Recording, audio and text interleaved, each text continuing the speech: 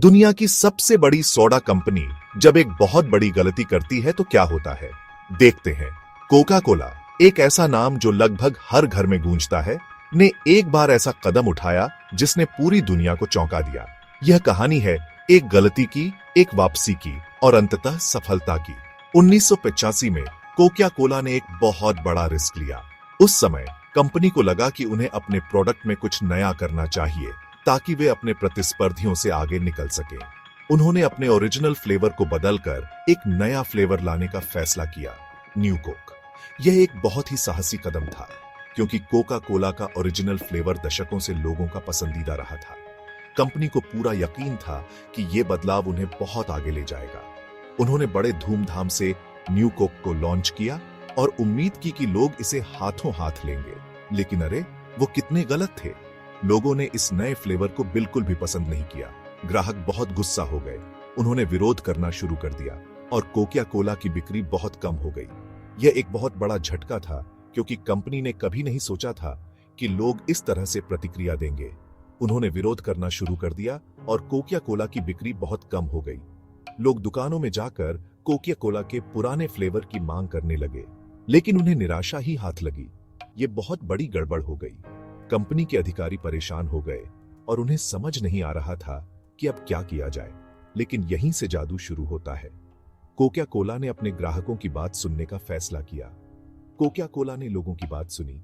उन्होंने ग्राहकों की शिकायतों को गंभीरता से लिया और समझा कि उन्होंने एक बड़ी गलती की है।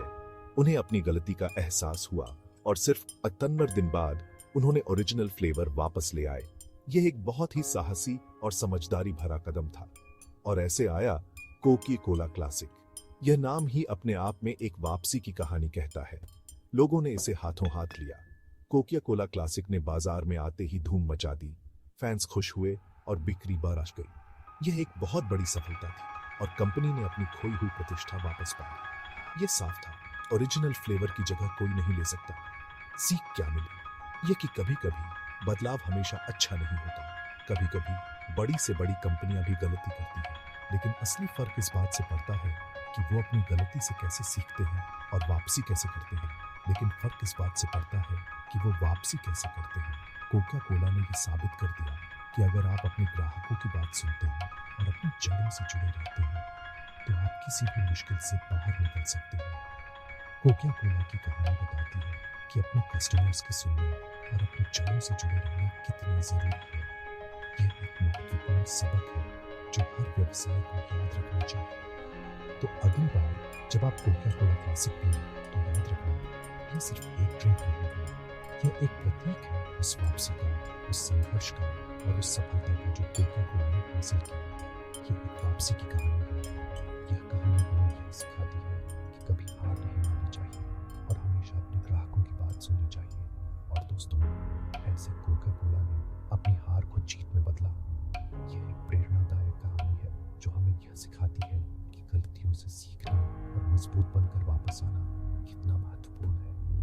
अपनी गलतियों से सीखने और मजबूत बनकर वापस आने के लिए चीयर्स। कोका कोला की इस कहानी से हमें यह सीख मिलती है कि असली सफलता वही है जो मुश्किलों के बाद हासिल की जाए।